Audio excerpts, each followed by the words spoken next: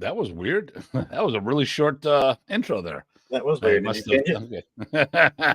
So, everyone, welcome to FMA Talk Live. I'm your host, Datu Tim. This is my wonderful co-host, PG Tye here. Welcome, everyone, and happy pre-Halloween.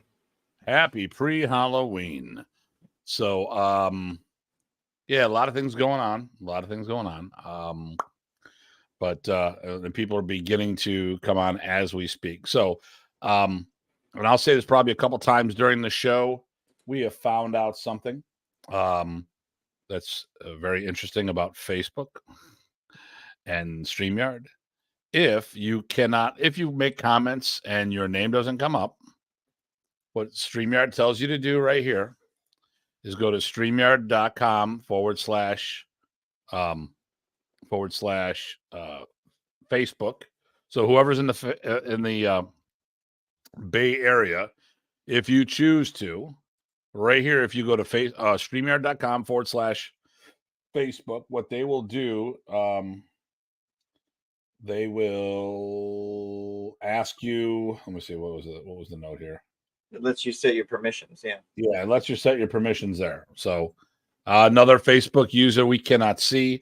We'll talk about this through the show. So facebookusers.com / Facebook, and it'll help you set the permissions so your comments can actually be seen here. So I'll stop presenting. Yeah, you can put that in your byline thing. Yeah, okay. Link for that. That's easier. Yeah, I'll just do. Actually, I'll put it in the banner. Oh, we're in the banner because we're not using a banner. I'm not using anything. We're like, like all different today. It's part of our costume. Yeah, well, I could have put it on FMA Professionals there. Or not, or FMA Discussion there. There you go. Could have done that. I'm going to edit this. Okay. Hey, Master Rich is joining us. He shows up. Yeah. I'll go to streamyard.com for your permission. There you go. There we go. Another Facebook user. So that's like 3 of them. So there's 3 Facebook users and 1 Rich. Okay. All right. So, hi, Ty. Yep. Would you think that's Renee? Could be, yes. That would fit, right? Okay, and they're in the bottom. Go to, if you're coming up, which 3 people so far has come up that way, go there. Streamyard.com / Facebook. Easy peasy. Easy peasy. We like easy peasy. Yep. So, yeah. So what'd you do this weekend? Anything major?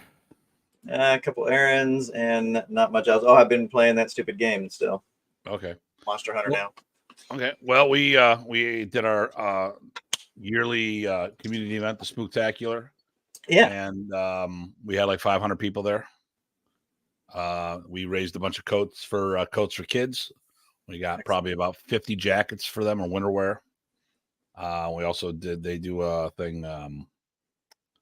They do something else. They do gowns for proms too. I really didn't have any more gowns to donate, so I was out of luck there. But it is what it is. Well, you have to keep the ones you like, right? Yeah, there you go. Huh.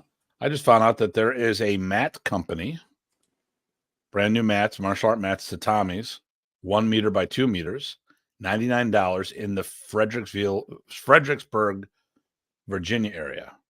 That's a phenomenal price. Yeah, if they're the same as what you have, yeah. Yeah, so it's like for 1.5 inches. Well, let's say 1 5/8 inches, so a little over 1.5 inches. Oh, there we go.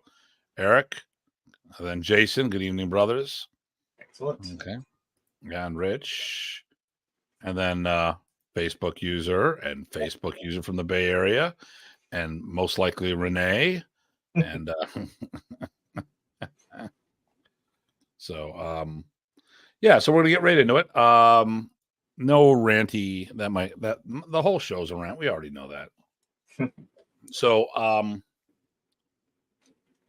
what I want to get into is today's topic is delivery systems of material. Now, ultimately, it's going to be dependent on what your goal is. If it's all about your training, then it doesn't matter what we're going to talk about. But if you're teaching others, then it's not about you anymore.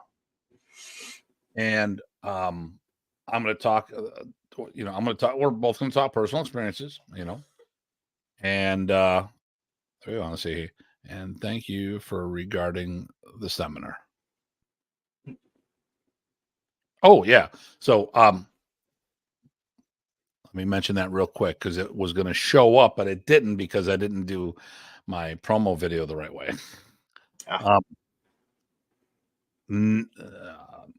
We did the last Pontoon seminar for the year. Still don't have all the material up, close to it. But probably need two more virtual seminars to finish off that material. But this is the last one of the year, November. I don't have anything, but on April 2nd, we are celebrating the 35th anniversary of Horizon Martial Arts. And during that day, we're going to do a free virtual seminar and free in-person seminar. If you do the in-person seminar, you need to register online. Either way, you need to register online. There's a sign-up sheet. It's free, but you have to reserve your spot. So if you do reserve, make sure that you tell us whether you're going to, if you're going to participate virtually or in person. But we are not recording this. We are broadcasting it. So there will not be a replay later. So if you're going to watch it, you need to watch it live. So that is going to feature PG Tye, PG Mason, and myself. And those who keep saying hello, just watch the StreamYard scroll below. It tells you how to set your permissions so we can see who you are. I'm assuming that's a one-off thing. What did I say? Yes, December 2nd. Did I say something else? I don't know. I didn't catch it. My head's spinning right now I'm just with the Spooktacular, which was an amazing event. I feel very good on that. But yeah, it is still, now I got to get ready. Well, you and I are going to be in, wait for it, North Carolina this weekend. That's right. A good friend of ours is, I said April 4th. I meant to say, yeah, whatever. It's close. It's close. April Fool's Day, I guess, There you go. So I don't know what I'm saying. I'm doing a whole bunch of things at the same time. So, but we will be at Grandmaster Bobby Tawada's 75th birthday event this weekend. Yep. And I'm going to drive partway down Wednesday night. I have classes that I have to teach, so I figure I'll drive down to like Altoona or something like that, and then from there I'll leave first thing in the morning and I'll get to your place. Awesome. And then we'll head on down. And there we go. Boogie on down. We'll be there 2 days. So Mr. Arnold's not joining us. So just couldn't get away from work. So there'll just be the two of us. Okay. And then we'll have a blast because Bobby has one heck of an event. Yep. And, he's so welcoming with people from, Remy's side of the family. Yeah. Yes, he's very good at that. And for some reason, he likes me. We haven't figured that one out. I haven't paid him. Oh, and Mr. Owens, how you doing, sir? Hey, Jeff. How you doing? Always good to hear from you. More of the Modern East family. It's always good to hear. Here's the rant. Our show invites everyone to be on here, whether you are past, present, or even future. We want everyone to say things. He's doing very well. Good deal. We don't care affiliations. Jeff is not part of our organization. Grew up in Michigan. Oh, and there we go. And Rich says, and Jeff and Rich and all these guys grew up together. And yeah, we will definitely say happy birthday.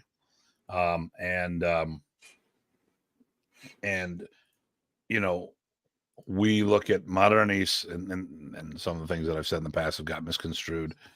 We're all branches from the same tree. It's all Modern East, whether you do it as a standalone or art within your art, or just to do a couple moves to help supplement your curriculum, whatever the case it is, you're all part of the family. Mhm. Whether you're a brother, a cousin, a half brother, cousins 3 times removed, family's family no matter what. What about me, crazy uncle? No, you suck. You're not. There you go. You're There you absolutely go. not. You're not in there. You're like cousin it, but different. There you go. Without the Yeah. You might even just be the mascot after I saw your Captain America thing today. There you go. Hey, magandang umaga, Billy. Billy. I will see you guys soon-ish. Yeah, that'll be fun. Let me know how things have changed after the, for travel and all that weird stuff. Yeah, that'll that's gonna be fun, I hope. So let's get into today's thing. When it comes to teaching, there's a few ways of doing things or hybrids thereof. We're going to talk about the primary methodologies. Realize that you could do combinations thereof and stuff of this way. Mr. Franco says hello. There we go. Franco, wow. Oh wait, hey Dean, Remy. And I got to do the shot. Yeah. Hopefully he's got his bottle handy. Isn't that hard? Okay, there we go. Isn't that harsh? Yeah. So here's the deal. If it's about your personal training, who cares?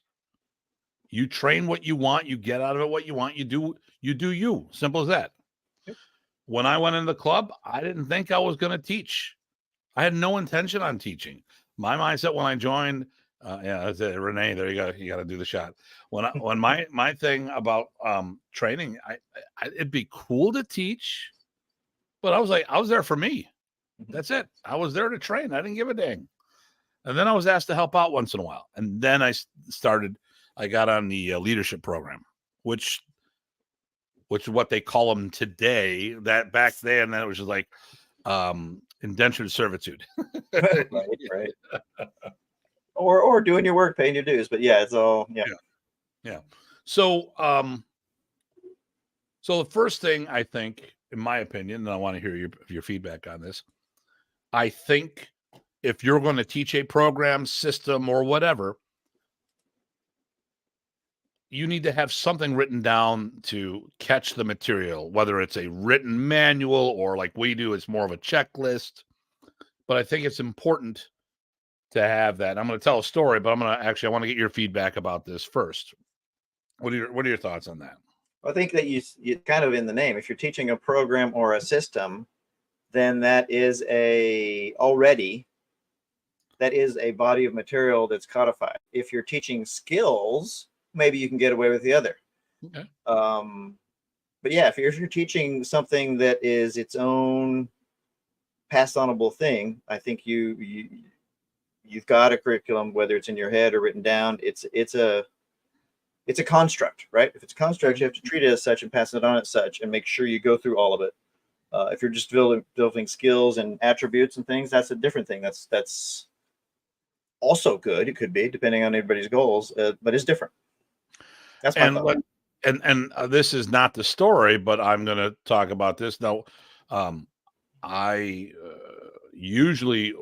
was one that was the first person outside asked to be part of this back in 2007. I'm not always allowed to do it now because of my schedule, but where were you before you came to the Salem, Massachusetts event? Me? Oh, yeah. Yes. I left there and I went straight to the airport from teaching at the police academy with sheepdog combatives, or as part of sheepdog combatives. Mm-hmm.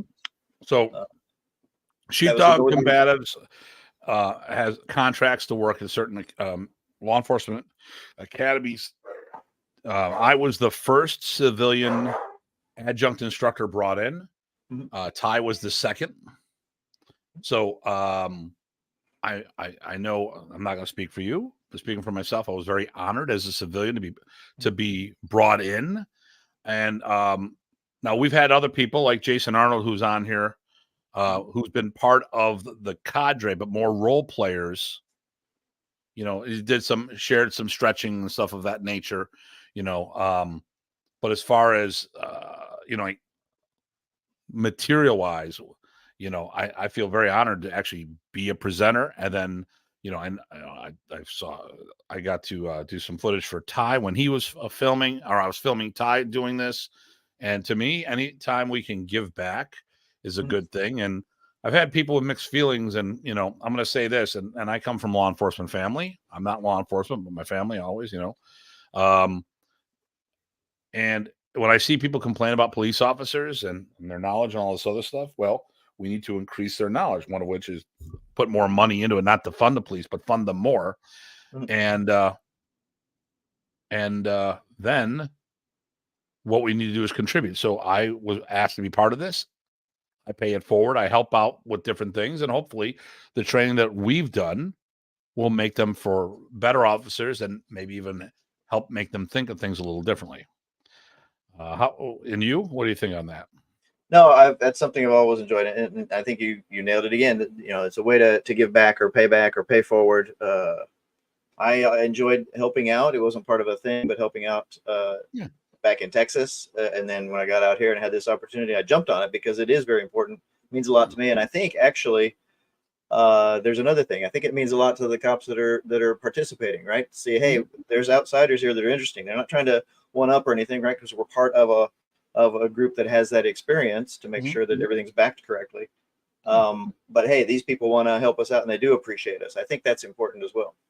And we didn't go willy-nilly. We had a curriculum we had to work from, didn't we?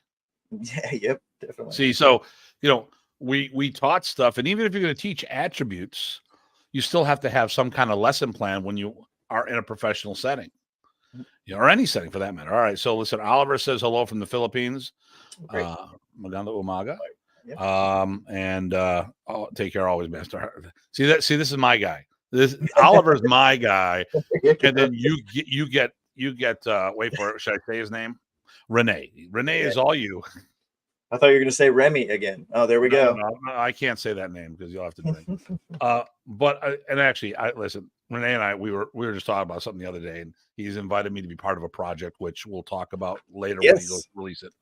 And he goes, listen, I know I bust your chops all the time, but I got your back. I'm like, dude, I always got yours.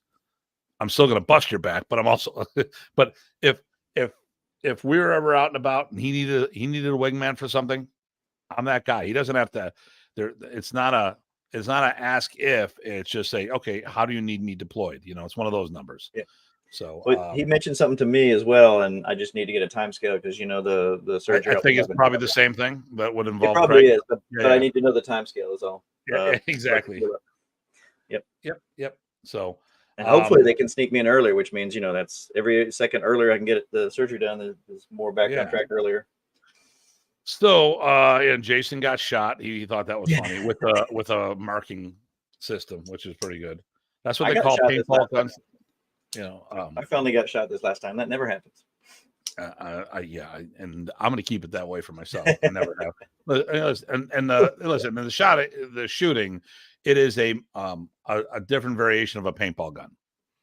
Actually, looks just like the real thing, operates just like the real thing, but shoots rubber, chalk, or paint, which is an amazing thing. I use the rubber rounds for target practice because I can reuse them. Paint and chalk is just so messy. So those are the nice ones. Yeah, that's what we used this last time. But a time or two before that, they were using Simunitions, which are much rougher. Yeah. So anyway, fun stuff. And if you have opportunity to pay it forward and help out, that's good. But I would warn people: look, if you're a martial artist, you got a ton of training. That's awesome. But I wouldn't offer to, hey, police department, I would love to help train you guys. That's different because you don't know what they need. You need someone with that experience and that focus to develop that curriculum, and you can be a part of that. I think that's awesome. That's just my thought. And that's it, the curriculum, because we have more experience teaching mechanics than they'll ever have. We'll pull more reps than they've ever done. Actually, Tim, you actually showed up. Very good. Yes. He must have followed the banner. Must have been following. If you haven't, follow the StreamYard link below. And then we'll show up because that one doesn't show a name. Agreed. Pay it forward as much as possible. Yes. Yep. There's tournaments in the area. I go judge when I have time off, and I'll go to this event, and they're like, "What are you doing here?" Well, I'm here to judge. But you're not competing. You didn't bring students, right? What are you doing? People did this for me when I was coming up. If I got time, it helps the community. And I'm talented enough to pretty much be able to judge anything, or someone could take me through the quick 101 course. I was, what was it? It was a Parker guy. Can't think of his name at the moment. He's a pilot. And he goes, Tim, we don't know stuff. We don't know all these planes. We get the manual just before we hop in and read the manual, because each plane is different, and you got to learn that, flying is the easy part. There's a lot of stuff that goes, but there's a lot of nuances for each plane. You can't understand them all. So you just read the book before you go, and for me, it's just like, I just need that quick briefing and then I can go, So, so even when we're teaching courses, we run some form of syllabus or curriculum. So when we are teaching somebody else, teaching versus coaching, two different things. But even then, when you coach, you have a game plan. All right, I'm going to do this exercise into that exercise and tie these things in together. So once again, if it's about somebody else, you need to have a program. It's good to have it written down, even if it's a vague guideline. It doesn't have to be followed verbatim. But the thing here is, you need a roadmap, and people need to know what the destination is. And you can't get to the destination. You can't bring someone to the destination if they don't know where they're going. Say, hey, I'll meet you down the road. Where? Well, I'll meet you at the place. Well, what? Huh? How do I get to the place? Well, no, we go through, we get all this stuff hooked up, and we go from there. So, I think that touches upon a misnomer that some people have, and that is, if you got a curriculum, now you can't teach to the person. That couldn't be farther from the truth.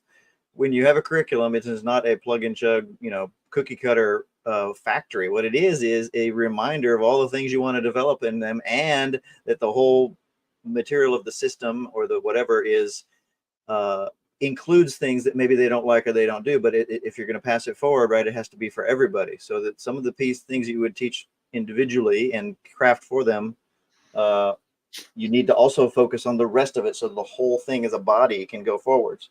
It doesn't mean you can't tailor to them, right? Highlight and teach to their strengths, right? Or develop their weaknesses. And so, yeah, you adjust that, but it's a guideline, not a cookie cutter. That's my rant. So I'm going to use here's the thing I was going to talk about, but I was waiting until we got all that out of our system. So y'all know I love my Balint walk. Talk about it all the time. My teacher was Ted Buitt. He taught me the original system. And then after he passed away, Punong Bobby mentored me and helped me to understand the group methodology. He's him and his students are the ones that primarily got me on point, so we can have this common language. We have our Marshall Rosetta Stone. And but here's the problem. Punong Ted taught like Anshan. Nothing written down. You couldn't take notes. Nothing during class. You could do it before or after, but not during. So I'm in year 2, and I'm doing a fairly basic move. And Ted would say you do your basics or your basic move or your preferred, or the backup. The backup is what he said. Here's your backup plan. The backup works. It's your core move. This is what you start for. And then when you get better timing, skill, and confidence, you do the preferred move. But beginners can't do the preferred move because they don't have those elements. And the biggest one is, well, we know what it is. It's confidence more than anything else. So he looks at me. He takes me down a path. I do the move, and he goes to me, Tim, why are you doing the backup move? I say, Punong Ted, yes, you haven't taught me the preferred. Because what would happen, and I do this in my own class, is I have an epiphany, or someone has a problem, or there's a question, and we focus it on for a week. And with Punong Ted, what would happen is someone would have a problem with a technique somewhere, working with somebody else. And then that became the thing. So first of all, I never had problems. I would do something, and then someone at a seminar, I would do a move, and I come up with a solution. He goes, hey, do you have any questions? I go, well, actually, I do. A guy did this move to me, and this is how I countered. What would the Balint walk solution would be? So he shouldn't have said Tim had a problem. It should have been Tim came up with this opportunity. But I would hear about Jay's problems and Dave's problems and this person's problem and the other person's problem. And I'm like, okay, that's cool. Their problem may not have been my problem. And a lot of times it wasn't my problem, because some of the people that was in question either hadn't been good students and come back on a regular basis, or they came from a conflicting system. Modern Arnis is not a derivative of Balint walk, but how do we phrase this? I mean, the last system, Remy, I said it again. I said his name. Yep. Take another shot, Renee. The last system that Professor Praces trained before forming Modern Ace officially was Balintawak Eskrima. Mm-hmm. So it's an influence, just like small circle jiu-jitsu was an influence, just like Shotokan Karate was an influence, but it's not the core of the system. So what would we It's in the DNA. Yeah, and it's definitely in our DNA. Yep. Dead on, PG Tye. That's from an earlier comment. And being shot with Simunition was not fun. Simunition. I don't think you guys, unless you did another law enforcement thing, you weren't shot with Simunition. You were shot with the T4Es. The paintball, right? Well, and those weren't that bad, but the Simunition, mainly that was the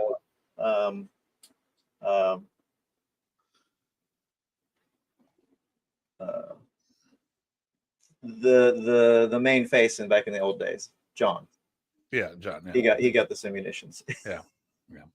So but I went through the thing and I love my Balintawak and I love my teacher. And I have high regard for him. But the thing here is he got distracted a lot based on the students. And unfortunately felt if one person had this problem, they all had this problem. And I understand why you would think that way. Mm-hmm. But I came to him as Datu Tim. I wasn't a newbie, and I was in a system that was influenced strongly by Balintawak. I had a lot of its DNA in our system. Mm-hmm. So, I know other people who were in before me had harder times with stuff because they came from other Filipino martial arts, but those Filipino martial arts were not in the same. They're more of the Largo Mano styles and stuff of that nature. I don't want to name a specific style because I don't want to give people's names away. Because that's not what I'm trying to do. But the fact of the matter here is there's people that came from from other systems that just don't have the same stuff. There was no relationship. So it took a lot, they would have problems with this where mine wasn't an issue.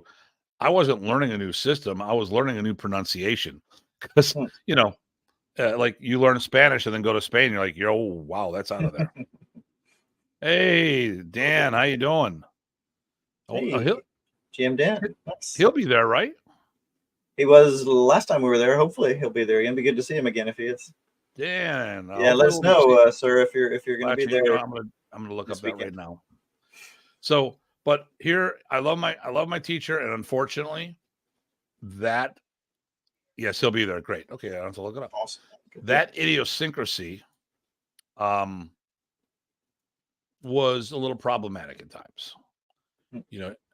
And unfortunately, and like I said, I did the same thing in my school, but the thing here is I always had a written curriculum that I would go back on and say, oh, we haven't taught this, we haven't taught that. Right. So, and like I said, it doesn't have to be thorough. It's just, you just need to have some kind of checklist. So that would be the first thing, is having something written. And, I'll tell you, I teach a lot of students advanced material long before they need it. Yep. But when it comes to curriculum, personally, I look at the belts. I look at black belt because we do a belting system. I look at black belt being the catch-all. So if I teach them things out of belt order, I really don't care. I don't sweat the details. Oh, you should have taught this first. Yeah, maybe. But I don't care. It depends, right? The common answer everybody hates. Yeah. But I mean, it's almost like a map, right? It's a basic map, and you can have all your adventures you want, lots of different adventures using that same map. But the map is the same for everyone. The adventures are tailored. All right. Here you go. Here, this is for you. No. Boom, that's a big one. It took up my face. Look. No, I'll read it. I'm that guy from Tool Time. There you go. That's right. Looking over the fence. See, all right, we're working on my Halloween costume. There you go. Mr. Rich says, that is why I would go to Men on TED and say there are the things that I'm working on as I know I can improve. And we would. Then near the end, we would work on review, what some others did or had problems with. And I would also save the last 10 to 15 minutes to work, obviously, Dario with him both as a student and teaching him so he could provide feedback to me as he was teaching others. He was surprised, as it was not part of his curriculum, to have the students learn the instructor side formally. Yeah, right. But that probably gave him good. I'm sure he ran with that and gave you lots of pointers. Yeah. So, yeah. So I mean, and here is Graham. This is the guy that taught for Anshan. Anshan wanted to be him to be the successor.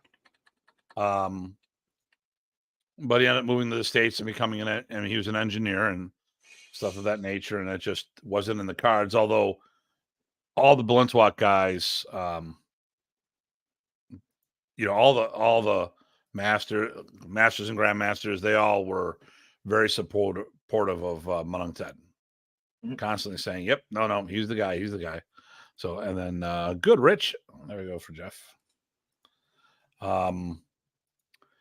So, all right, so there's why. Here we got one of probably the world's leading authority on Balintawak at his time. In his strive to make it the same experience, he didn't work on trying to, even though he was an engineer and he's very precise, he didn't do things that could progress the art the same way. Now I will say this, our guys rocked, their precision was amazing. But I'm willing to bet you that there's a bunch of experiences just like that where people are missing things because they didn't come up the same path. Or we didn't have that overall checklist to just go, all right, like working on a car. I see all those car shows. They'll write on the glass, here are all the things we need to do. All right, get it done by the time the job's done when this is all done. Okay, what order? Certain things you want to do first. Like body's always a good thing to do, but or work on the engine first and then paint the body. And I mean, there's so many different ways to do things, but a lot of things can be done simultaneously or a different order. And, but might be good to remove the bolts before you take the head cover off. that could be good. Yes. Might be. So, but let's talk about now teaching. So now we talked about why we need to have a curriculum. Now, there's three styles we mentioned on the show. And some of this we may not realize do. And they, just like, I tell people, like, we don't have names for things. Like when I was put in the instructing role back in the day, like I said, today we would market that as a leadership program, which it is. Mm-hmm. Why should I teach? Because it's teaching me how to become a better leader. It's helping me become more confidence. My instructor didn't have to pay me. But the thing here is but part of it's true because he didn't pay me. But even if, but I mean, part of that is to make you better. And if you realize that's part of the role, that this is the leadership thing is going to make me a better, a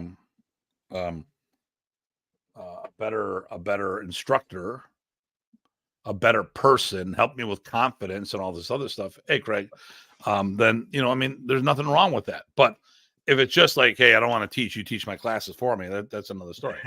No, we from the other art that I came up in, we had a requirement. It was part of the curriculum to assistant teach. And we had requirements. We had to keep track of, all the classes we'd assisted with and get signed off and all that kind of good stuff, because it was part of that growth process. Was built in to the teaching plan. Yep. So now let's talk about it. So what are the delivery systems? How do we teach people? Okay. So there's three primary ways to do this. One is the linear training program, which is your ABCs in order. Two is a rotating curriculum, which we'll get into the details of that. And the third is modular-based programs, which we've been doing a lot of lately. But even then, like what I've been doing ends up being, it can be more linear when I do that modular program. So Let's talk. What do we mean by a linear program? All right. Simple. This is what you need for a yellow belt using a belting system. All right. You got all that. Now we learn our orange belt. Good. We got all that. Now we go to the next belt, the next belt, the next belt. So, and that's not a bad way to learn. We do that in school, grades kindergarten through 12, then go off to college. But actually, college ends up being more of a modular or rotating curriculum. Well, actually, that's more modular training. But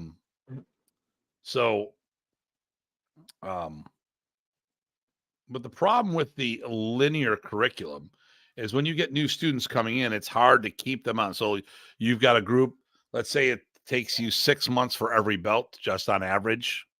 You complete your yellow belt curriculum and one new person walks through the door. Now, they know nothing. So now you train them from white belt up. So you get them their yellow belt, and the others get their orange belt. Guess what? 2 more people walk through the door. Now you got 2 more white belts. Now, the goal would you'd have a beginner class, an intermediate class, an advanced class. If you have the gene like that, yeah. But even still, in those classes, you have people learning different things at the same time. Yep. So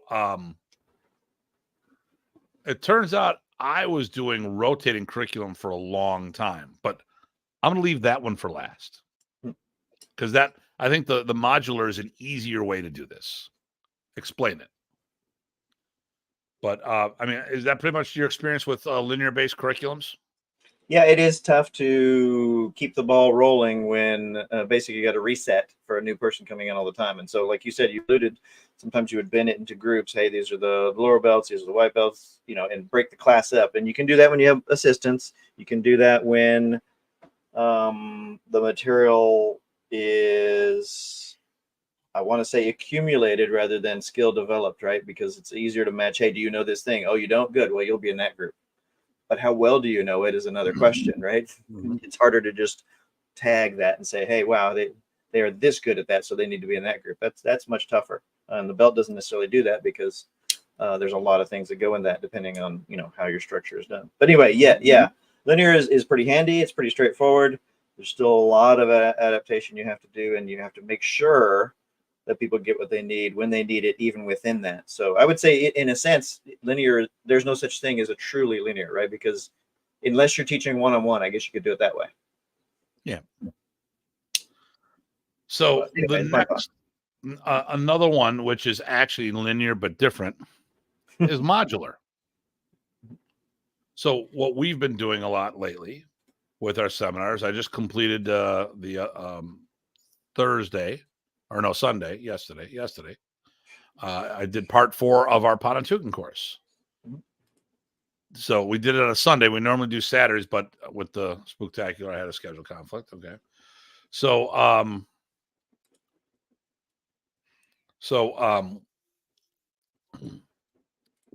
and Lex says, nice. Hey, Lex. So here's the thing here is modular program is you take the curriculum and you do it by themes. So you say, I'm going to do my kicking module or my kicking course. I'm going to do a punching course. I'm going to do a forms course. I'm going to do a locking course. I'm going to do a Sinwali course. I'm going to do a disarm course. So you can teach it in themes, delivering it that way. And a lot of times that's how I got a lot of people on board with the organization. I would go out there and teach them all the disarms. I teach the angles of attack, block, check, counter, and then all the disarms. Because if we're teaching them for self-defense, how much more do they need? That covers so much more there. And with that core, you can add so much more flavor to everything. Then you can go back and say, all right, I'm going to do police, the whole family material. All right. Okay, good. Now you understand. And it's usually the karate or taekwondo people, something like that. All right. Well, Tim, what do we do without a weapon? Well, funny you should mention that. So we start doing the unarmed version, which is trapping hands to a lot of this. And we start teaching them the open hand combatives like trapping hands, decadina, back and forth and stuff of that nature, and all these other things. Okay, great. Mhm. Okay. So, but still, every time we do this, it's still done in a very linear approach. Each theme we teach is in that linear process. But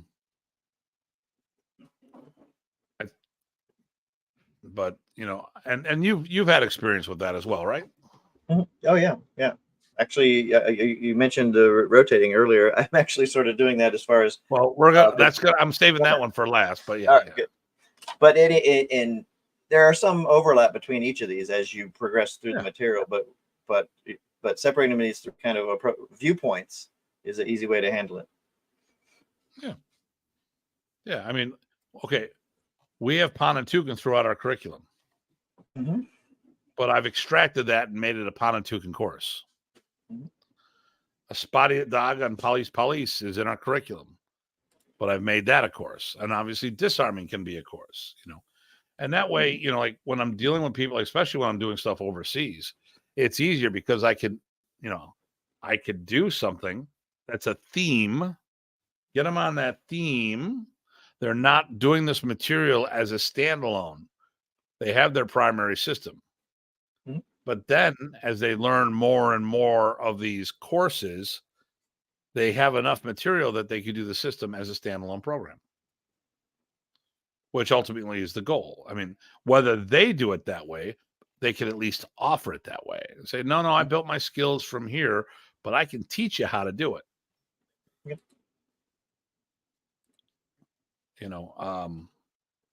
I mean, I think the Kun Tao and my Sikaran are probably the best. I could easily transition and turn into a Kun Tao or Sikaran school if I wanted to. I didn't come up that way. I learned on how to do it, and I didn't build my skills through those arts, but I learned all the curriculum. I learned the concepts behind them, and I passed the tests. My physicality came from the modern, but I learned their lessons well. So people could easily learn through all the bits and pieces, and then put it together. I could do the same with the Balintwalk, and my Kombatan. But I'm just the first to admit where I got, where I honed my craft. It'd be hypocritical as much as sometimes I don't want to say I busted chops of the art within your arters. I just don't think they understand where I'm coming from. I think a lot of time is very, very similar to Balintwalk, where Rich and I have talked to a bunch of grouping people, and until I learned about the groupings, and have been able to explain things to people because I know where they're coming from, we had all these problems talking to these guys because what are you trying to say? I'm like, we're not saying, just like we've talked the art with the art, just, we're not saying you're not part of the family. We're saying is, when people sit there and say, they'd have a video of Bobby or someone doing Balintwalk, and Rich made a comment, well, that's not the only way we do it. What are you saying? I'm saying that's not the only way it's done. That's all I'm saying. But people got all twisted and attacked them and stuff at times virtually, but but it's funny how things go awry that way. But there are different approaches at some of the same material, and that's okay. Yeah, that's it. Hey, Remy,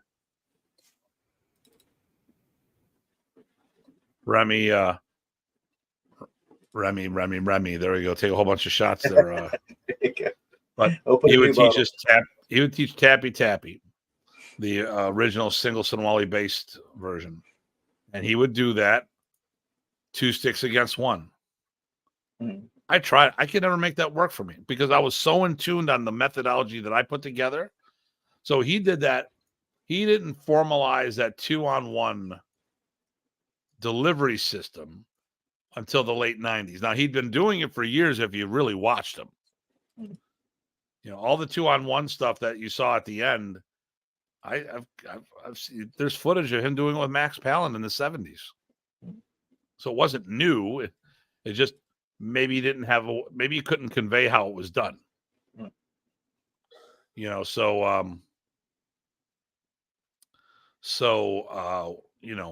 But I tried and tried and tried. And like I said, I developed my own delivery system before I saw a professor teach it. And I'm like, yeah, that's good. It just doesn't work for me because I thought to be honest with you, I thought my methodology was better for me.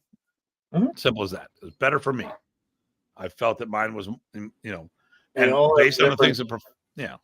I was gonna say, we all have different, preferences for approaches. It doesn't mean just because I have a preference for, I don't know, green chili that I think nobody should be eating red chili. You like red chili, more power to you.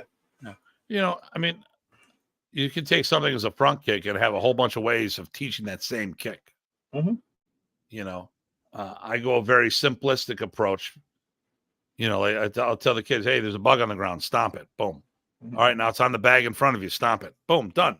They're not overthinking. And then later I can fine tune and do stuff of that nature. But initially it's just like, I just want the gross motion and I want it to be a natural movement so they don't think about it. If it's something, like hook kick, not a kick I start with. It gets in people's heads all the time. So, all right, here we go. Rich, this is for you. Sure. So Rich adds Minong Bobby would understand as far as the comments you guys are making. And yet many others would not understand the distinction I was making, was giving GM Bobby his credit for the things he added to his formalized curriculum. Well, I mean, listen. So as an example, groupings were not done by Anshan Bakan. And actually on this trip, I don't think I've ever asked Punong Bobby his opinion on why that Anshan wouldn't like groupings. He didn't discourage his students from doing it. He just didn't do it in his club. That was actually Viljason who made it popular. And then everybody else. And it's a much more efficient way of teaching the masses. I think if we look at the Ungroup methodology, I think the specialty of that is teaching timing, strategy, and precision. And when I look at what's the attributes of or the benefit of using the grouping methods, speed, explosiveness, and a delivery system that I think works far better to spread the art. So especially in a group setting, right? Groupings, group setting. Yeah, bump. There you go. But I think though, if you don't do both, and I don't mean you don't have to do both equally, but if you don't experience both, you're missing out on a lot of enrichment you could possibly have. Yeah. And there's Carl saying hello, brother Carl. Hey, how you doing? So, yeah, I I'm not commenting either way, whether you should or shouldn't, but I tell you what, you know what? I have a whole better appreciation because I added the grouping to my repertoire. And it makes sense. As a modern person, we have drills with a similar energy to that. Agreed, Datu. There, thank you, Mr. Owens.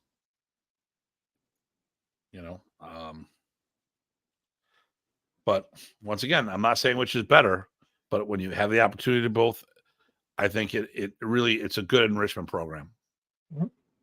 Either direction. Definitely. Yeah, that's a two-way street. It's not a one-way street. Yep. Okay, so that modular training. So before we go into the last one, do you have any comments to make on the modular training there?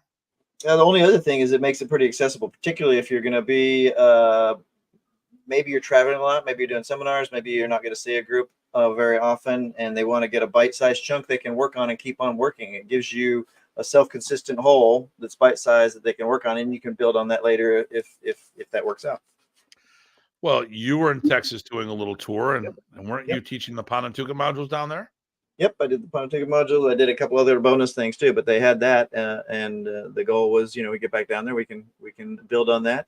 In the meantime, they got plenty to work on. It's kind of like what we did in a sense. Every time we went to see Remy, there we go again, or I guess it's not me, but that's when I say it. That's right. Okay, but you'd go and you'd have enough material to, if you wanted to, and hopefully you did, and took your notes to work on for quite a long time. But if you do it in a module, you can have it very focused. Maybe it's Pontoon here. Maybe it's single stick there. Maybe it's left versus right sombrata, for example. Just, picking examples. But you can, it's a bite-sized chunk that you can build on with more of the same, or you have several of those, and now you start to see the landscape of the system. So it becomes a nice, handy delivery mechanism. It's kind of, again, like I said, along the approaches of the seminar circuit, right? Remy taught through seminars and camps, right? So how do you teach a whole system to doing that? Well, it's difficult, and it depends a lot on the students doing their work. Definitely. And let me see. Mr. Owens says here, agreed, Datu. You made it possible for me to study grouping. Thank you. I'll tell you about it sometime. Okay, great. Nice. And listen, it's not turning back. Here's another.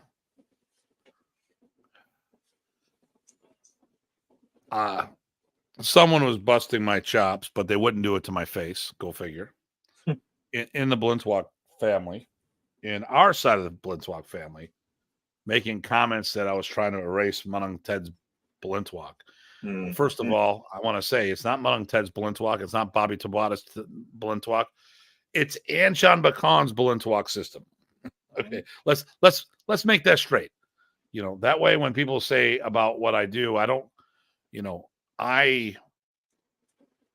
my curriculum for whatever program I'm doing, I did not make up the curriculum or I didn't make up the material. I am the architect of the training program.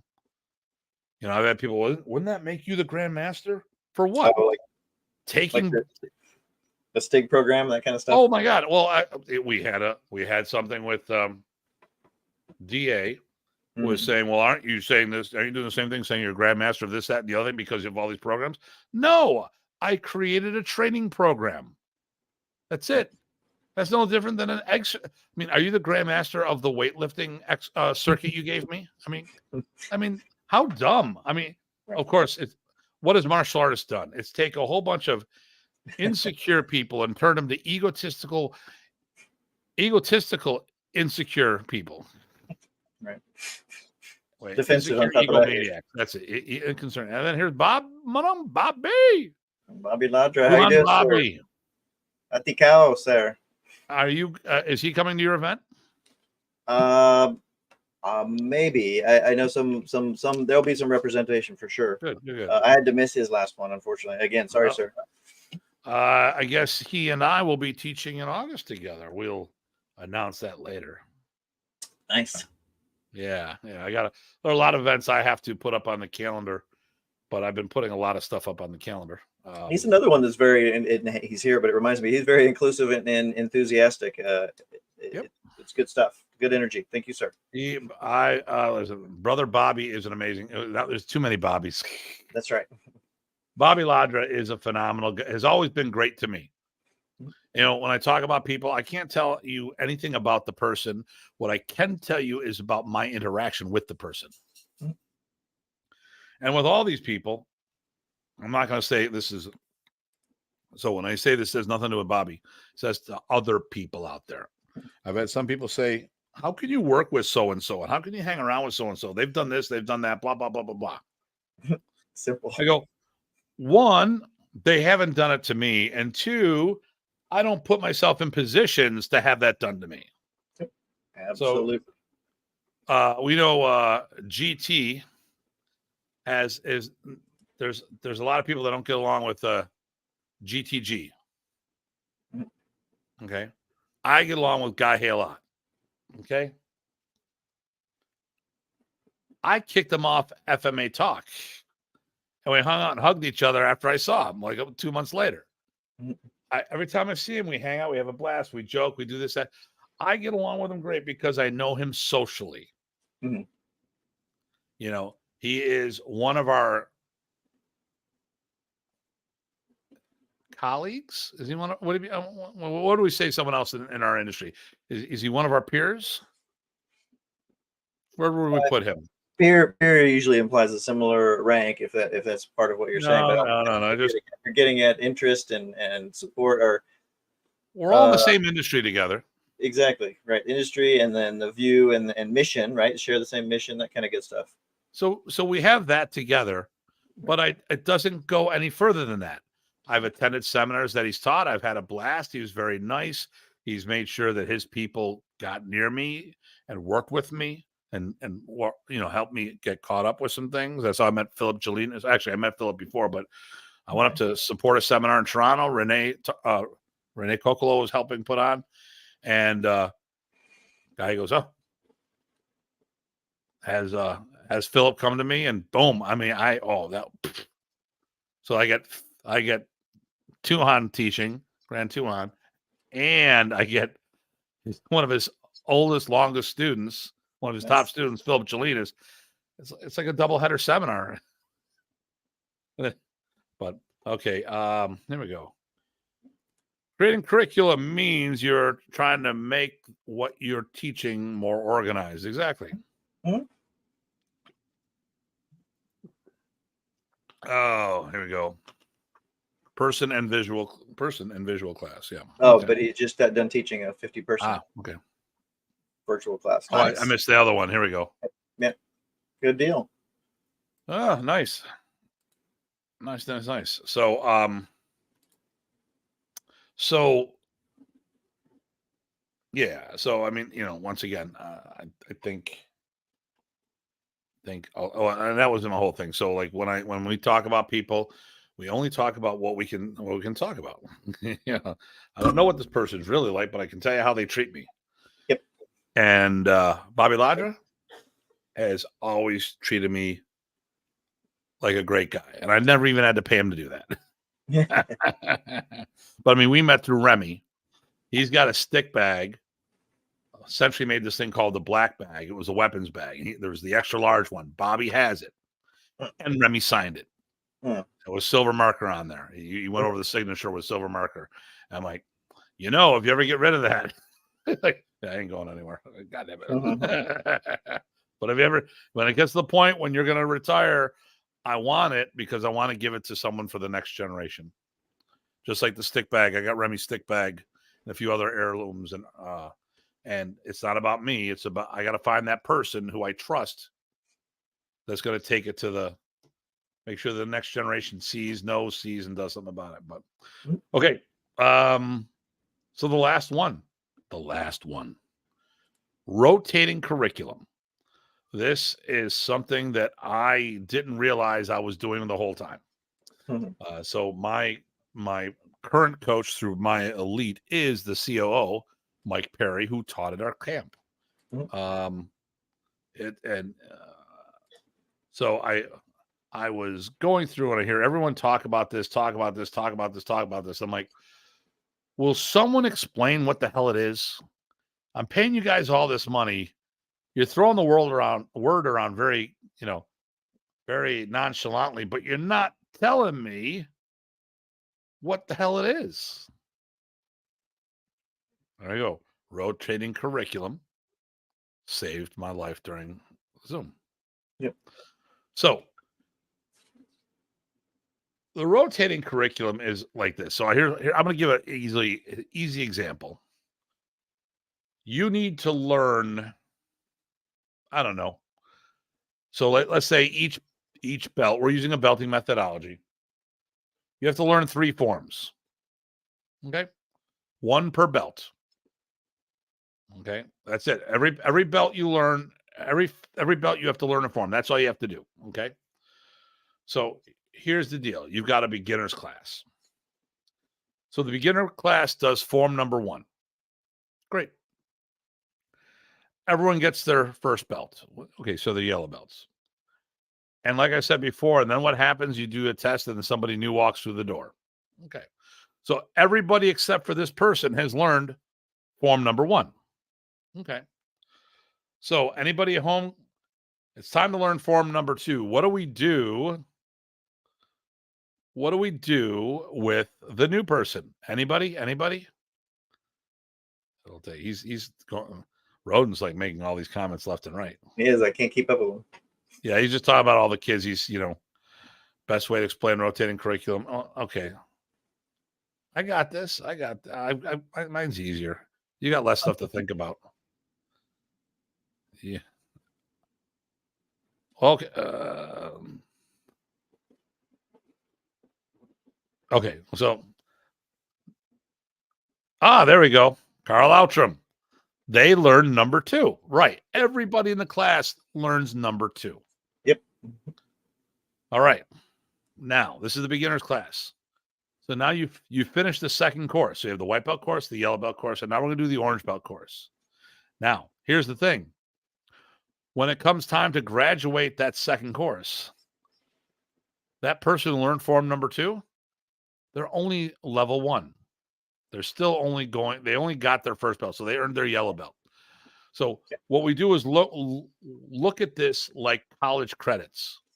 You need 3 college credits to go to your next, you need 3 credits to get out of the beginner's class and go to the intermediate class. But here's the thing. It doesn't matter what order they're in. Now, certain things you have to teach, obviously. You need to teach them how to do a front kick or a reverse punch or whatever, or the 12 angles of attack. There's going to be something like that. But what happens is you teach course 1 for everybody who's there. Then you teach course 2 and who's ever there now. Okay, fine. Then you go to course 3. When you're done with 3, you go back and start over again. Now, anyone who hasn't done all 3 courses stays in that class. Mm-hmm. And once you've done all 3 courses, you go to the next class. And the same thing happens over and over and over. Well, some people, even when they do linear, they're actually doing some sort of rotation. For example, you've turned to a lot of schools that, hey, we do, they'll do a sparring class every Sunday or something like that, right? So that's a rotating way to make sure you get that in. And so we will always be sparring 4 times a month, and it's a no-brainer. Yeah. It lets it set up there. But that's a different way. But still, that's a type of rotation as well. But the material, I think that's pretty straightforward. I think you explained it well. Yeah, like I said, if you have to do, if you were a kata driven system, and you had to learn 10 katas for black belt, it really doesn't, because you're a kata driven system. And if you look at kata, there's not many moves in each kata that aren't in all the other ones. Some sequences, it might be more combinations more than anything else. And the bunkai is the whole key. That's after black belt anyway, so that doesn't matter. But if I just had to learn 10 katas, it would be easy for me just to say, all right, let me look at the katas. Oh, I want to learn that one first. If I can if I get to pick and choose, I can do whatever. But if I'm with the group and they're on kata number 5, I'm going to hop on kata number 5, do all the others, and then when I'm done, start over back for the beginning and fill in the blanks. So, but basically what you want to do in a belted system is put groups in, like, okay, so there's usually 10 belts, including black. So we go, I don't consider white. I count the belts that you need to earn. So it's yellow, orange, and blue. Okay. Or white, yellow, orange. Okay. White belts learn yellow belt material. Yellow belts learn orange material. Orange are learning blue belt material. So when they graduate and become blue belts, they go to the next class in my intermediates. Now, you need to have a big enough gene pool to pull that off effectively.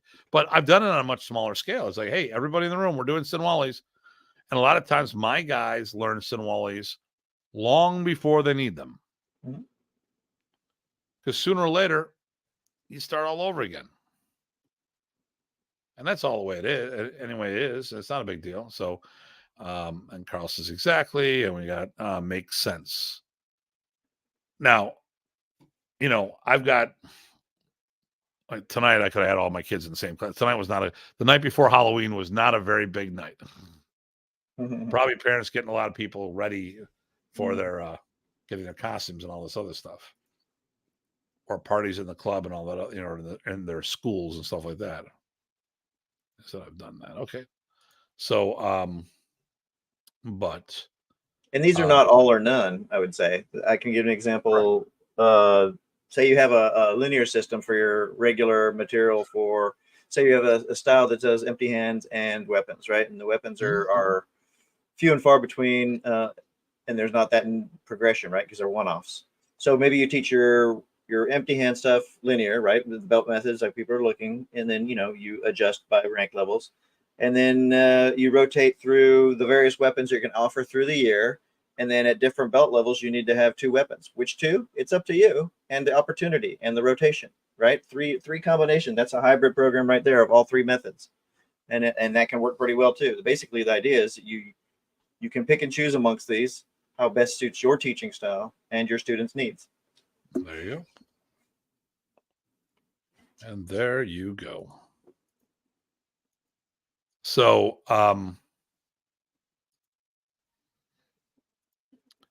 so when I teach seminars, I'm usually,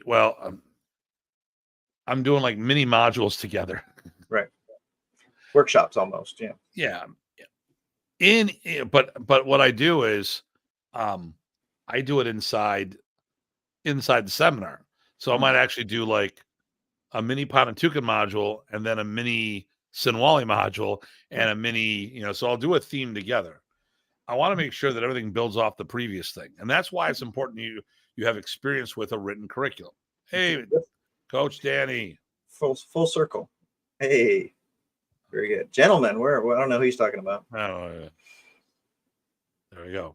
So, so what I would do is, like when I went to Europe the first time on my own after Professor passed away, I taught the Danes, and they were like, I was talking to my host, and he talked to Torbing. Mm-hmm. Nice. And he was like, hey, you did good, Tim. I knew him from the Kempo camps. So I was a guest instructor. I wasn't a Kempo guy, but I was a guest instructor. There we go. That's our friend Guru Michael. Okay. So good question. Yeah. So Datu and Tye. So how would you address that? How would you say the two are different? A couple things. So I had the benefit of coming up in school. We had modules for our math teaching. So it's an individual subject and one and done. And also you could do certifications in it. So that's a thing right there. A rotating is one of the ways you can look at it. Say you've got a linear curriculum, and now I'm going to break it up. And throughout the year, I'm going to make sure the linear happens, right? And I'm going to rotate through that. I'm going to keep stepping through that linear curriculum throughout the year. Then you can make sure you covered everything. Whereas modules, they're offered whenever. There's not a rotation that you have to do, right? You could offer 3 Panantukan ones in a row if you wanted to, right? It's much more targeted and chunky, if you will, right? It doesn't build to anything. The rotation is kind of like a sweep through to make sure that you cover all that you need to cover for that person's in a rotation, as opposed to a linear sequential factory production way. They're all ways you can cover the material, which is why we say they're all different delivery mechanisms, and things will fit what makes most sense. And there is some overlap, right? And we said that right at the beginning that there is overlap. What I would say is modules are generally not. Modular training to me is linear broken up into smaller pieces. Because I'm going through my Panantukan course. I'm not teaching it as a rotating. We did module 1. I'm done with that. We did module 2. I'm done with that. We did module 3. I'm done with that. Now it's up to all my students. So so first of all, I teach seminars monthly out of my school in addition to all the stuff I'm doing. And I'll have like 4 to 20 people show up physically and have another 15 or 20 show up on virtually, and some people don't even show up. What they do is they buy the course so they can look at it on time because the time zones are messed up or whatever. Okay. All right. I gotta look at that one.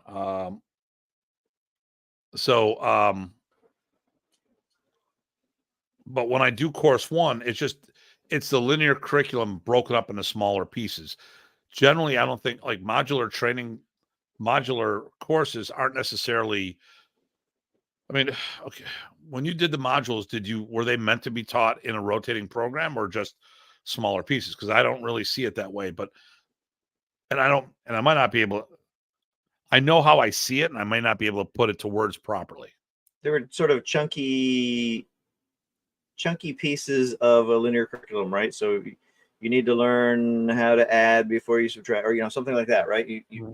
There's a chunk forward, and I mean, then it was offered whenever it made sense. And like I said, you don't necessarily rotate through that chunk, right? You might, if you're looking at it from an instructor's point of view, you're probably going to be offering module X periodically, right?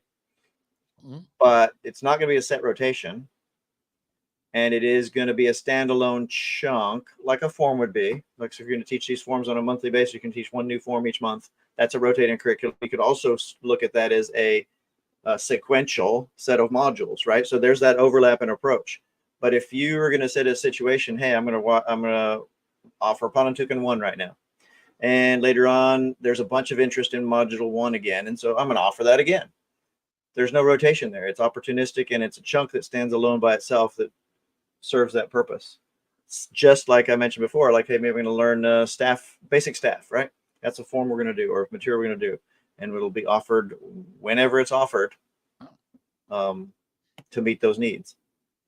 Hey, but there's an overlap there. Yeah. It's just how you approach it. Maria, are you currently in the Philippines? Because I'm going to be there in February. Just FYI. Been trying to keep that on the low key, but it's out now. I'm just still keeping it. Chris Davis, he's builds on the last bit. Learn module baby related. Yep. Yeah. Since these are all part of delivering, this set of skills and information and curriculum that we're talking about, there's going to be a set. There's going to be an overlap built in. Who's Colorado? I was going to say that Guru Michael Mellinger. Guru Michael. Yep. I think the big thing is that rotating curriculum is designed specifically for rotating, where modular could end up that way, but it's not the initial intent. Right. It's just mini linear programs. So Maria, message me privately. I'm coming over in February, and maybe I'm supposed to go to headquarters in Baras. So maybe I can meet up with you and the family and, catch up for a few minutes. But definitely would love to have you in Buffalo. Okay. I think Guru Michael's on that is going to be over in Philippines somewhere around there too. Okay. So, all right. I wasn't going to. Okay. You outed the bag? Yeah. Okay. So everybody. Okay. I'm going over there because I haven't been there since COVID, and I don't feel comfortable bringing the crew. And then all of my contacts and things fell through. I'm by myself. I can make it around there, whatever. I mean, show them up with wearing one suit, one set of clothes, and a fistful of dollars. I can take care of myself. Mm-hmm. And a brick. And a brick. I can pick one up there. But once you're there, once I'm there, I'm good. 15 people. I can't maneuver. I can't make on the dime stops and twists with that many people with me. There's too many moving parts. By the way, I have 2 or 3 of my folks who have expressed pretty serious interest. Good. So I will be arriving. I'll be there. I think I arrive on the 22nd, if I'm reading this right. And then I fly home on the February. Then I fly home on the 5th. So Maria, if you're there, that'd be great. Rich, just ask the scooter guys for the brick. Right. So the brick was a fight broke out in the Philippines during the filming of Fighting Sticks of Modern Arnis, is what the spine says. Mm-hmm. And there was no kung fu fighting going on. People were literally picking up bricks and stones and anything big that they could hurl at each other. And we dealt it like the proper martial artists. We kept getting the hell out of there. Right. Oh, there we go. Hey, we're all going to be there around the same time. That's amazing. Well, it is a big place, and there's 100 billion islands, right? Are you going to Peachy's event? And if so, I'll see you there. don't know that he is. I think he has his own thing, kind of like you do. We do our own thing. Well, but I think Peachy's doing she's doing a dinner. Ah, okay. Okay. What's going on with China? In general or specifically? Specifically, I'm not sure which thing he's talking about. Yeah, I'm not sure about that, Chris. I'm flying through Seoul. I know that. I go Buffalo. This is the first time I'm going to be flying. Well, no. Yeah, I think this is the first time I'm flying out of Buffalo. I'm doing Buffalo, Atlanta, Seoul, Seoul, Manila, then redo the trip home. Usually what I've done is I've gone to Toronto and then I fly nonstop right there, but it's just South China Sea area, kind of hot. Yeah. Yep. And okay, yeah. So he's going to the festival, and he's going to Peachy's event. Okay. So great. I'll see you at Peachy's event. You guys should definitely chat and stuff. Yeah, we may have met each other. We must have met each other because I was at the big event that Shelley put on when Renee Thompson were there, and he was also at the Roel benefit that I put together. Weren't you there or not? I can't remember. Yeah, I was there. I thought. Yeah, right. So he was there and you were there, but there was a lot of people. All right. So and I don't know why Roden's saying a fanny pack thong, whatever. I don't know about that. Okay. But yeah, okay, Will Harkey. Oh, Will. Yeah, they had a defense lab thing going on here. Okay. Rotating career mind plan was a great way to build up students as a new or a small school. It allows a lot of reps and fundamentals. Yep. It's not that hard, but it's also not that easy either. You gotta map it out. Yeah, you definitely have to map it out. Or use it for specific purposes. I told you I do it for warm-ups, right? Every different Sunday of the month, we do a different, make sure we do a warm-up. We have our core basics that we always touch upon. China's been playing games in the South China Sea, even in the Sea of the Philippines, including attacking fishing boats. Well, I'm not on a fishing boat, so and I'm flying a known airline. I'm going through Delta. I'm flying Delta. I'm getting mad points on that one. Well, actually, when I fly down in DC, I needed 500 MQMs, and they gave me 2,000. And I'm like, all right, now put me up to the gold status for my ticket. So it gets me an extra mile for every dollar I spend. Instead of 7 miles, I get 8 miles, and it doesn't sound like much until you start adding up. I put everything on my credit card, and everything else. Yep. Yeah, we met in Denver and the Ties thing a couple years ago. Great. And he's also studying Tagalog. If you can't tell. Yeah. So, crack my back. Anyway, was there? So we covered 3 kind of methods, and there is like good questions overlap. Yeah, a lot of stuff's going to overlap. Anything we missed as far as other delivery methods besides just me beaming it into your mind? Yeah. Well, I mean, like I said, if we're talking seminars, I break the seminar down into mini modules too inside the seminar. So like I'll do a 3-hour seminar, and I'll make sure I teach everyone the same thing no matter what belt level they are, because they're all the same belt level in what I teach. Right. So it's like a mini module or a piece of a rotation, but maybe it's a one-shot, so it's not a rotation. Yeah, I like to do a theme sometimes. Maybe I want to touch upon how all these things are similar, or how all these things that seem to be similar are different. That kind of stuff. There you go. When your plane lands, do you sing "I'm a soul man"? Soul man. There he goes. Back to, instead of his other things, he's back to his comments. So I'm talking to Dean, and all of a sudden, out of nowhere, he goes, "Faithfully," because I sang "Faith." I did karaoke. When someone tried to say, well, who was the one that was trying to tell me I'm not a Filipino I can't be a Filipino martial artist if I don't karaoke? Right. Like, actually, I did karaoke. I did it one. I scored 83 on the game. And actually, I was no, okay. Here's what I'm going to say. I did a hell of a lot better than I expected, because I know what I used to be able to do back in the day when I actually sang versus being karaoke. So I'm always like, I don't want to do it, because I know where it's like one of those things when Like I'll play a video game with a kid knowing that it's not going to go. It could be a game that I mastered a long time ago, and I haven't played it in 10, 15 years. Sure. Or 20. I've gone roller skating a couple times in the last year, and I was a big skate rat, and I like the cardio. I was like, all right, I'll go do that because I can still keep moving and it won't like, oh, I'm winded, and I felt very uncomfortable on the wheels. I was just whatever. Let us hear a short song.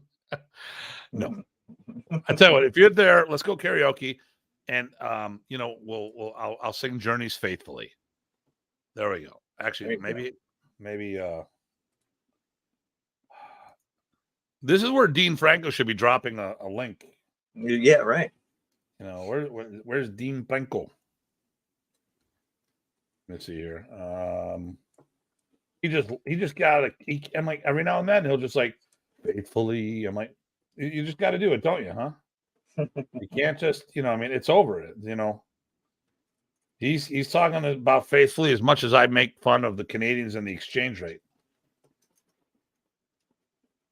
No one makes jokes as much as I do that. I think you should do, instead of those songs, the pop, right? You should do like Nazareth, like Hair of the Dog or something. See if anybody gets that reference. Oh, and she loves that. She says kidding, and then she goes to love that song. Yeah. So then now, what Sergeant? Is it Steve? Wait, no. What's Sergeant's first name? Sergeant. The guy, Mike and May's. They're the tall guy that's with them. Isn't his last name Sergeant? No. Oh. What the hell am I thinking? Can't think. Now you made me, because you said that. Now you've knocked John, I believe, but John. That's it. Okay. But I forget the last name now that you said that. You messed me up, man. All right. Savage. That's okay. I knew it. I should have thought sabotage. Yeah. Okay. Sabbath. There you go. Black Sabbath. Sabotage. Remember that band? Sabotage. Yeah. Let me see here. I cannot see. Oh, that's from 3 years ago. Yeah. Yeah. Okay. He's got a lot. Holy cow! Dean's got a lot of music on his Facebook page. Oh, yeah. He's got a lot of. Let me see. Oh, there's you photobombing. You're photobombing. Dean. His son, and yeah. Yeah. Well, no, it was Mike May and I'll give it Sabotage and Beastie Boys. Yep. Beastie Boys and Sabotage. That's it. Nice. Well, I was looking for this, but then I found this instead. There's you and Steve photobombing. That's right. Yep. Double. You got him photobombing you, photobombing them. Yep. Nice. That was a good event. They put on a really good event. Great hosts. Can you hear that? No.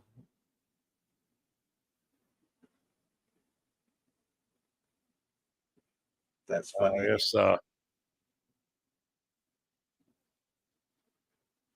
There's me singing. There you go. He's pretty good.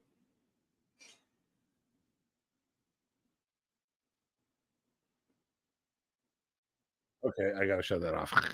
There you go. So there's evidence. Now, here's the sad thing. What was he doing? What did Rich do here? I don't know what that is. I can't do stuff with this. Like, yeah, it's not clickable. You have to copy it and blah blah blah, or just highlight it and then go to. I can't even highlight on my end. Oh, really? I can do it. This one's called Yeah, all it lets me do is I hit show and hide, and it doesn't. My controls don't let me do stuff. Crashing the boys. I'm so sad. So very, very sad. Oh, here we go. Maybe I'll bring the sound system at the anniversary event. You can celebrate with the tune. Oh no, there you go. So, yeah, John says I should do Wheel in the Sky. Like, okay. I was never a very big Journey person. Well, you see, it's a song that I could sing. Sure. I know the music I'd love to sing, but I don't know how to do certain. And I have to really practice. Actually, what I like is a lot of stuff with the vocal rasp. Right. Like I like AC/DC a lot. I like Jackal. Actually, one of my favorite songs is "When Will It Rain" by Jackal. That's got a great, really "When Will It Rain" by Jackal. You guys should check that out. I'm not a fun. I don't sing too much, but I would sing along with certain songs like Scorpions. Yeah, a lot of their songs I would sing with. Actually, what I was really good with back in the day was "Turn the Page." Bob Seger, who actually wrote it, and then I like the Motley Crue version of it as well. Okay. Here we go. I would do Duality. Have you heard Duality? Oh, Duality is pretty good. The newer stuff's got a little more commercial, as they all do. They're the ones that would get me singing along anything with Dio. Ronnie, I saw a Holy Diver tour. I was on the floor for that one. Nice. So that's definitely. I mean, that's a song. You see, here's the problem. I would sing like the Kyrie eleison. I would do all of this classical music. My voice is not geared for rock and pop. And the thing is, so I would solo, but a lot of times we did more of the choruses and the choirs. And so I was more in tune with being part of an ensemble and not the solo person, because I was all, and I'd go to some competitions, I'd sing and I'd win. I mean, I could do that. I qualified for this thing where they're only taking in my voice class, Saratoga Music Festival, which was in Saratoga, New York. They only took 25 people out of the entire state from each voice group, and I qualified for it. I'd end up going because it was my senior year in high school. I was like, what's at the end? Why bother? Nice. I mean, it was because it's the summer after I graduated. I'm not going anywhere. I wasn't going to college for that, so it didn't make sense. This is where we laugh and go, oh, but we digress. But I think we covered. Did we cover all the? No, we're not digressing. We're talking about Filipino martial artists singing. That's all. Sure. But I just wanted, before we do get too far, I was going to say, make sure. I think we covered the delivery systems you wanted to say, and I didn't see anybody having in some other ideas and stuff. So So the big thing here is linear. You go in order. Oh, Rich, I have been booed, and I have had people throw bar stools at me. Okay, all right. Dio, Judas Priest, Sabaton, Kiss, Pantera, Manowar. Manowar is a good one. That's actually got a good beat considering what it is. And actually, no, Manowar, yeah. And then Armored Saint. Actually, Armored Saint's got a good beat. I like them. And then was it? You should see that's. Let's not do that. I'm a pretty good dancer. I kind of keep it on the QT. I did the Ting a Cling, and they thought it was more important to watch me. I'm like, Dean, I'm doing the Ting a Cling. Right. And you're putting a video of me singing. Oh, that was much more important. All right. Danny T. I prefer teaching gross motion mechanics and then mechanics. Different with the weapon. Yep. So that would be a theme, yeah. Single and dance. Sing and dance. Sing and dance. Okay. So, yeah, well, I mean, I used to do music. Actually, so here's the thing. It's not part of this conversation, although it mutated. But, okay, teaching, you're performing. It's no different. And actually, I talked, it was funny. I'll go to the musicals once in a while, the high school musicals. And ours are really, our department was phenomenal. It still is. Janice and I went to a show where her nephew went. Fiddler on the Roof. I'm like, whatever. And like in our school, Fiddler had this. It was a legendary play, and they talked about it, and it was just because what it did. The crew. It was a whole weird thing. It was just. And I took Janice to see a sister act there. Hmm. And she was just like blown away of the thing. I'm like, dude, West Seneca is next level. I mean, it's crazy on how good we were. But the thing here is, I've talked to my music. Hey, what are you doing, Tim? I'm teaching seminars, all this other stuff. Now, I owe a lot of that to you. He goes, you teaching martial arts? Yeah, but I'm performing in front of a crowd. I don't get it. I go, well, I would tell a joke and I'd have to let them laugh enough before I continue my next line. I have to present, I have to project. You told me don't talk to the front row, talk to the cheap seats, teach the people in the back, and all the other people will get the lessons. I'm like, oh, I see it now. But he didn't think about that. But the thing here is when we're taking stuff, you got to look to see on everything interwoven. And if you're doing any type of performing arts, you're doing stuff in front of a crowd, laying it all out there. So you get really embarrassed. So just for confidence alone, if that's something you can handle doing, that's what you do. And it goes very true. Datu, teaching is performing. Yep. So linear curriculum, you follow it in order. Don't skip the steps, just like we do when you go to school, K through 12. Well, I think once you get into high school, it's a little different. You got a little more. I think once you get into high school, that's the first step getting closer to college. So there's the transition going to college, and you have modular programs there because you have to get X amount of credit hours to graduate from high school. So you can choose to go different studies, like you can do different languages and stuff. And even when you do and you think about it, each course of language is a module. Well, you did French 1, then French 2. You couldn't do French 2 without doing French 1. So, yeah, see there. So we do this. So, and the thing here is, if martial art is part of martial arts, if we are educators, we should be taking stuff from the professional educators all the time and see what they're doing and apply it to what we do. So, but that's my thing. So I got nothing else today. I don't even have. I got ranty a little, but really, is it here? Carry the applause sign. Till carries an applause sign. Yeah. Who told you I had an applause sign? Applesauce. Okay. Oh, wrong button. So yeah, let's just I gotta pop this up here real quick. I just want to go through. Someone is messaging me. Let's see if that's relevant to the show. Okay, no, that's not what I was looking for. Off topic.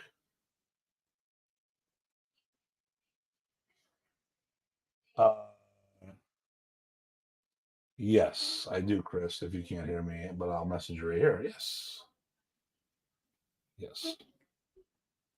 If Chris, you're listening, I've got like 8 to 9 foot poles of rattan, but nothing very thick at the moment. It is not relevant. Okay. But what I was doing. Okay. Let me pull this up.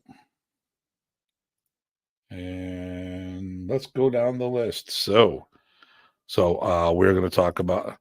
I want to restructure some of the stuff we do in the new year.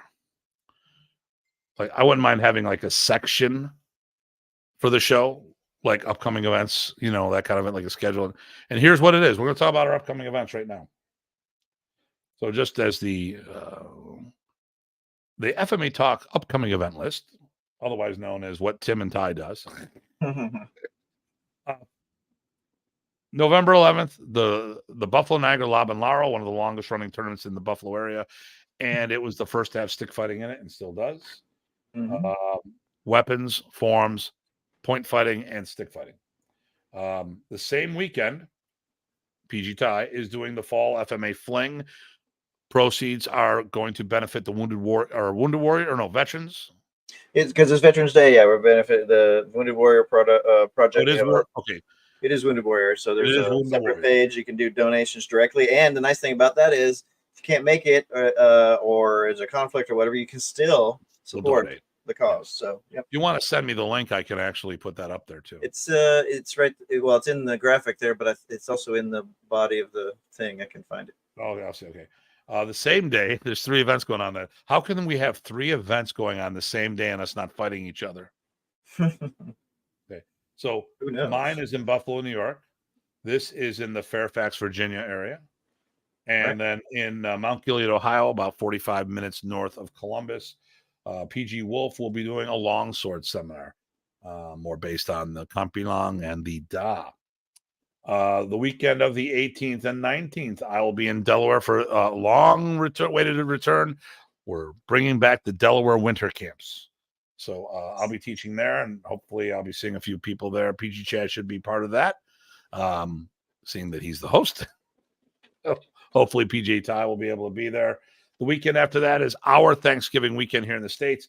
That weekend, I will be teaching in London, Ontario, or Cambridge, Ontario, and that is the Southern Ontario Modernist Camp. On the 2nd, we will be doing the World Modernist Alliance party and training event. So the party's at night. During the day, we're doing the Triple Threat Community event, which is a free event. You can watch it free live. This will not be a recorded event. You will not be able to get a rebroadcast. We're limiting it to 50 people in person, but up to 250 people can attend virtually. This is a free event. There's a link here. Link there. 1 minute. Link there. Wait. Link there. It's weird when I'm doing the screen. Link. If you click on any of these events, if there's a way to register, there'll be a register here button. It'll bring this up. This is absolutely free. You put your information there. Once I get that information, if you're doing just let us know if you're in the notes, whether you're attending in person or virtually. So then the party's that night. It's a potluck dinner type thing. There'll be games and stuff like that going on. Dare I say it, Renee, we have a cornhole game there. I'm just letting that out there. And then the 9th of December will be the last seminar I do for the year. It will be with Grandmaster Guru. It's a thing. It's 2 different things. He's a guru in smoking sticks and a GM in his something. I don't know. And that one will be down at the School of Ahati. And there's a very good description of this. You got to read that. It's awesome, by the way. That's in Glendale, Maryland. Then for the new year, the earliest thing I've got listed on the site so far, the 15th and 16th of March which is a Friday night and a Saturday, the Buffalo Niagara Martial Art Festival number 5, and our featured guest is Bill Superfoot Wallace. I had a blast last year, had over 50 people in attendance. We're expecting to double that this year. It'll be awesome this coming year. April 26th, the last weekend of April, we will be running the World Modernist Alliance training camp in Buffalo, New York. This one I've been waiting for a while. The graphic is a temporary graphic. The CLAT, whatever. The World Modernist Alliance CLAT program is being released in July on Buffalo. July 20th, Mike and May Williams will be the instructors of that. And then August 23rd is our IDC instructor development camp. And then I already have for 2025, the following July, we have Master Parsons and I are going to do a Balintawak immersion camp. And then we have our IDC that year. And then, oh, look, I've got the IDC again. I'm trying to get things. So we've got stuff listed out to 2026. I'm trying to push out as much stuff. Now, some of the stuff, the date will be there so you know what it is. We might have guests on there that we might not. So if it's that far in advance, it could move a little, but we have a general idea when we're doing stuff. There's events that I haven't put up that I need confirmation for people before I do stuff. We've got a Pennsylvania camp we're doing. We're actually doing Camp Blitz this year or this coming year. So we might have close to 10 modern Arnis camps that we're doing. Plus, I'm going to be going to Europe and the Philippines twice. So hopefully we'll be doing did I say double? Triple? That I wrote? Triple threat? It's triple threat seminar. Did I say double impact? It's triple threat. Yeah, the most important thing is it's free. I'm going to do my thing, but if you got something to say, I'll be right back. No. I did post the links for my event because I'm gonna do that, and it's also got like the fundraiser praise. So I will say this about it for those who've been to that. The donation for me to put together an event is still separate. I don't make any money off that. It just goes into setting up this event and paying for the rentals and the food. But if you can only do one, I would say donate to the Wounded Warrior part. So if you want to make sure that's clear, it's not the donation for the event is not necessarily. If I make extra, then I will then put it into the Wounded Warrior project as well, like we did with Roel's fundraiser. So. And somewhere along there will be the spring FMA thing. Yes, I gotta pick. Oh, I don't know if I can reserve how soon I can reserve the thing, but well, I know Sam also has he's doing an Años class. He just mailed me the information. I haven't put it up on the website yet. Okay. So listen, for our members, and we're going to have a WMA meeting because what's going to happen is we do stuff for people who are interacting. Some people like joining, they become part of the organization. They don't do much because that's what they do. That's fine. I don't mind. It supports the organization. But to take advantage of the benefits like the seminar listings and all that other stuff, you need to be interactive, including the school listings, because if someone's not interactively working with us, which means they're not representing our program properly because they're not working with us to check, cross the T's, dot the I's and stuff like that, I'll take them off the website. Because I want to refer them to people that I know I feel comfortable with. Now, if someone reaches out to me and says, let's say Tye fell to the wayside and wasn't working with us. So it wasn't because he's a lifetime member, but he just went a different direction and stuff, and still a member, not an enemy, just doing his own thing. But if I don't see him for 5-6 years, his listing is going to go away. Simple as that. But if someone was to say, "Hey, do you know anyone in the Fairfax area?" I go, "Yeah, sure." Now they may not be up to date on our curriculum because they haven't worked with us in so long, but this is I would refer someone to if they actually reached out to me. So I don't want people to think that we're not going to refer people who've joined and used the lifetime membership. It's just that if they're not actively working with us, we want to have a certain, we're not going to, they won't be listed. Let's put it that. Just simple as that. They won't be listed. You have to be active with us. You need to be interactive. And if it's, but once again, I'll still refer someone to someone who's not active if someone reaches out to me. It's just that it wouldn't be listed on the website. That's all. But I get inquiries all the time. I send people to Bikini Tertiary groups and Doce Paras groups because we don't have any representation in that area.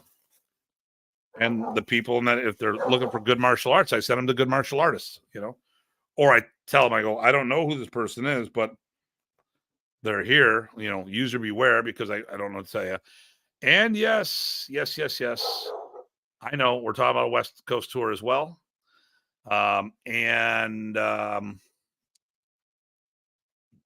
There's a Canadian event that I think we both were invited to that we have to wait for it to be announced. And there is a Vegas event that has not been officially opened up to the public, and I don't want to talk about until I can. And then I'm going Germany and the Netherlands and possibly Spain all there, and maybe Jersey Island. That'll be another tour. I really got to get my staff working because I'm not going to be around much. I don't want to use. Hopefully, I won't lose my U.S. residency. Because I'll go to third world countries. Like Ohio. No, we don't. Ohio's not a third world country. That'd be Tennessee. Hee-haw. No. I like poking fun at my friends.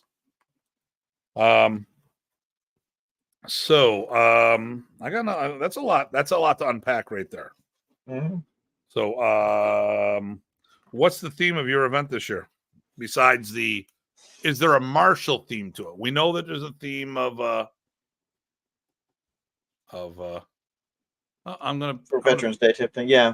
So the martial, it's slightly its approach, right? So in the spring, we tend to rotate by style or by instructor. In the fall, we tend to rotate or progress through the day by subject, so that the fall one is really, really family oriented, and we're just sparking off each other on a given subject until it's time to change subjects, and that can be pretty organic. But it's a lot of fun, a lot of great energy, and it's just a different approach to cover down on and bounce off each other with good ideas and exploring material. Okay. Very, very cooperative event like that. Okay. I need a screwdriver. Okay. Packages come in, so. And then, of course, there's the World Championship in October next year, as well as the Comaton Super Camp, because that's what they call it. Because the camp is super. And, and I'm waiting on some other announcements to make once I know if I made the cut or not. Some things I'm working on. Well, listen, I don't think there's anything else to talk about, brother. Yep, I think we're good. Yeah. So next week, our show is about nothing because my co-host won't be here. But guess what? Another person is vying to take over Ty's spot. There you go. go. So Eric will be my co-host next week. We have absolutely nothing. He goes, I was talking about, he attended the the hybrid seminar, and he goes to me, so what are we going to do? I go, hey, Eric, what are we going to talk about? He goes like, I was going to ask you that. I'm like, we'll figure it out. So listen, we're just going to talk about whatever, like every other show we do. He goes, it's a show about nothing, like Seinfeld, but different. And he goes, hee. So I don't know if he's laughing about taking over that. I'm glad he didn't use ways to take that. So I'm listen, glad he used my line. I say tee.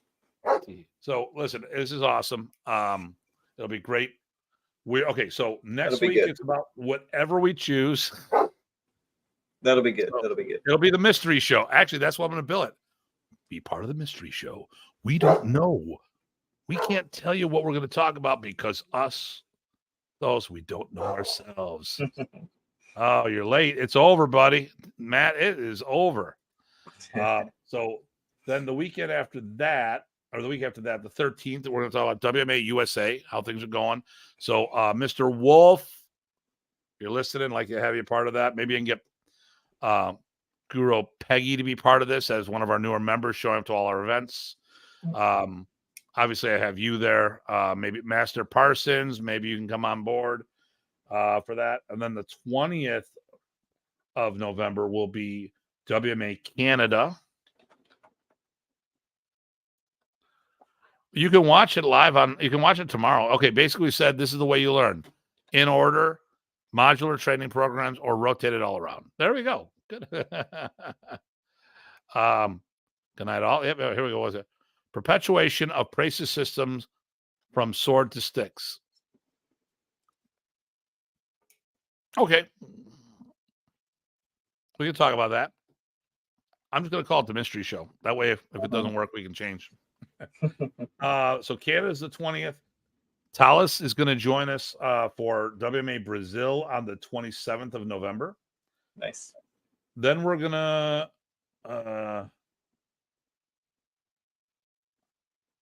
I don't have anything listed on the 4th, but that's after our weekend, so we can talk about that. And Sam says, okay, good. But aren't swords just very sharp sticks? Yeah, they could be. Mystery van, mystery machine, Rutro, Raggy. And then the 11th will be our wrap up for the season. So, and then I think we're going to do a show the week I'm leaving. Oh, no. So it's about maybe MLK Day, the 15th or the 22nd of January. Maybe we start up that. Maybe we start up on the 29th. and then we'll take time off when we go to when I go to the Philippines, and we'll go from there. But I definitely want to talk to you. We always level up our game. Okay. And now because I've leveled up so much, I give Renee stuff to talk about. Look, Renee, there's oil bottles because I know you like talking about that.